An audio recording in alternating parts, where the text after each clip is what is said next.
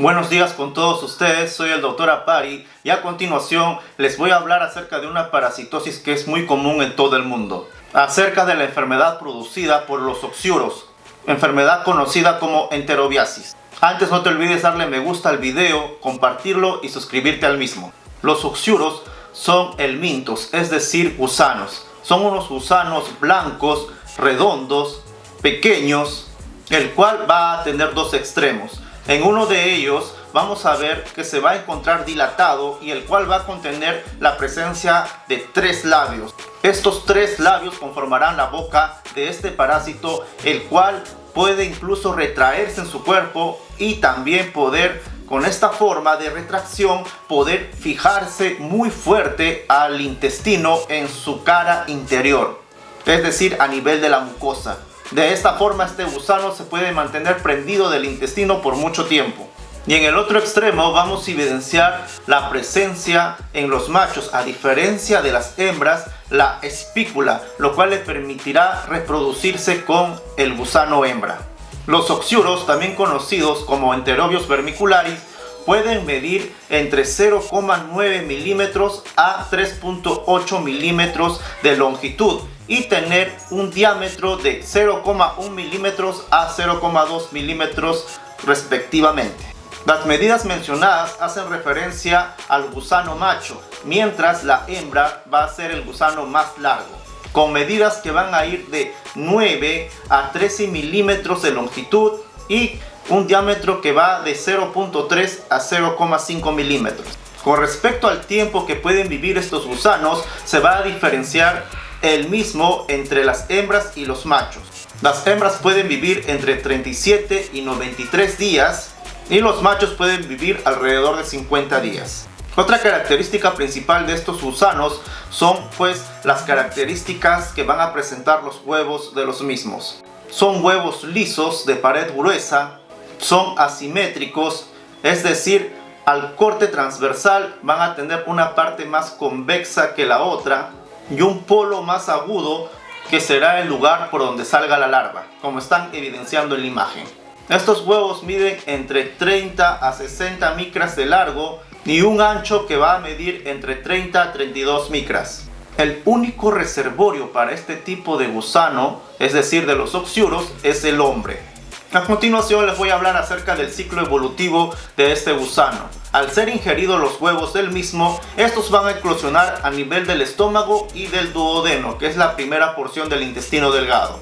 Esta eclosión dará la salida de la larva rhabdiforme, la cual va a medir entre 140 a 160 micras de longitud. Son poco móviles y van a migrar hasta la zona del ilion, que es la porción distal del intestino delgado, el ciego, que es la primera porción del intestino grueso, y hasta el apéndice. Después de 2 mudas de estas larvas van a llegar a la fase adulto. En estas zonas del intestino que les acabo de mencionar se dará la copulación, es decir, el apareamiento tanto del gusano macho con la hembra, y luego de esto los gusanos machos se quedarán en esta zona. Luego pues morirán y serán pues eliminados con las heces. Pero las hembras van a migrar durante todo el colon, o también llamado intestino grueso, a una velocidad de 14 a 16 centímetros por hora. Cuando el útero de esta hembra está lleno de huevos, esta hembra va a llegar hasta el ano y lo va a atravesar. Esto se dará sobre todo en las noches y esta hembra va a depositar sus huevos en el margen anal, en una cantidad que va de 4.000 a 17.000 huevos en esa zona. En promedio 10.000 huevos. Todos estos huevos serán depositados en aproximadamente 20 minutos. Después de depositar los huevos, estas hembras morirán y serán eliminados. Estos huevos van a contener embriones cilíndricos inactivos, inmaduros y no infectantes. Como les menciono, estos huevos van a contener al embrión inmaduro de forma circular, el cual no va a ser infectante. Pero si se dan las condiciones favorables del ambiente, como una temperatura adecuada, estos embriones inmaduros se van a convertir en embriones vermiformes, es decir, ya en forma de gusanos, los cuales pues se van a volver infectantes, y esto se va a dar en un plazo de 6 horas. Estas condiciones generalmente se dan a nivel del recto y del ano. Es por eso que estos gusanos exclusivamente dejan sus huevos en estas zonas. Estos huevos podrían sobrevivir aproximadamente 20 días si es que la humedad relativa es del 50% y se encuentran a una temperatura cercana a 21 grados Celsius. En la naturaleza, es decir, en el medio ambiente, estos huevos podrían sobrevivir entre unos días hasta incluso alcanzar 3 semanas.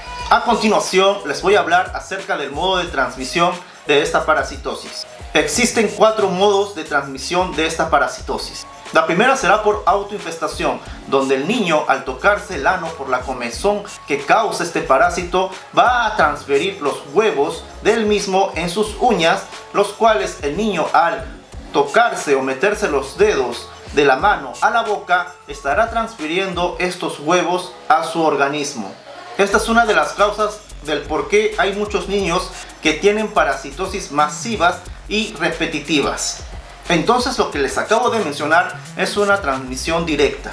La segunda forma de transmisión sería una transmisión indirecta, es decir, cuando estos huevos se van a encontrar en los objetos que se encuentran alrededor del humano, cuando pues el niño o cualquier persona con los huevos en sus dedos hayan tocado diferentes cosas, y uno, al estar en contacto con esas cosas y sobre todo a nivel de la vía oral, pues podríamos contraer esta infección, sobre todo cuando se trata de alimentos contaminados. La tercera forma sería por inhalación e ingestión de los huevos, que se podrían encontrar suspendidos en el polvo. La presencia de huevos de este parásito en la ropa de cama, la indumentaria, los objetos y utensilios domésticos favorecen este modo de transmisión. Y la última forma de transmisión, la cual se encuentra en controversia, es que se da la excepción que el huevo va a eclosionar a la larva a nivel de lo que sería el margen anal o el recto, y esta larva nuevamente va a migrar a la zona del ciego del intestino grueso para llegar a su forma adulta y nuevamente pues reproducirse, lo cual, como les menciono, es una forma de transmisión que se encuentra pues en controversia. Los factores predisponentes para esta enfermedad o los factores de riesgo no se encuentran relacionados directamente al manejo de las excretas en los humanos, debido a que, como les mencioné, los huevos generalmente no se van a encontrar en las heces, pero dado a su bajo peso de estos huevos se podrían diseminar en diferentes partes. La convivencia en grupo va a favorecer o facilitar la transmisión de este parásito. Por ejemplo, en familias numerosas, escuelas, internados, colonias de vacaciones, hospitales, en particular los psiquiátricos, etc. Los huevos se encuentran en la ropa de cama, en la indumentaria y en objetos domésticos porque son contaminados con las manos que tienen estos huevos. En colectividades o lugares donde hay una mayor cantidad de personas o hacinamiento, los mismos se podrían encontrar a nivel de las paredes, sala de clases, lavados o sanitarios. Debido a que la mayor parte del ciclo de vida de estos parásitos es a nivel del interior del intestino, estos van a causar molestias generalmente gastrointestinales debido a su efecto mecánico y también a su efecto irritante sobre la mucosa intestinal. Con frecuencia podría estar acompañada de síntomas generales. Las hembras grávidas se acercan hasta el ano y, debido a su efecto mecánico y a las mordeduras que éstas van a realizar, van a causar un prurito muy marcado, es decir, una comezón muy intensa a nivel del ano, el cual será el síntoma principal de esta enfermedad. En raras ocasiones se podrían encontrar estos gusanos, estos oxiuros, en otras zonas que no correspondan al tracto gastrointestinal, por ejemplo, el tracto genital, sobre todo en el sexo femenino, la cavidad abdominal, las vías urinarias, el hígado, vaso, los riñones y pulmones.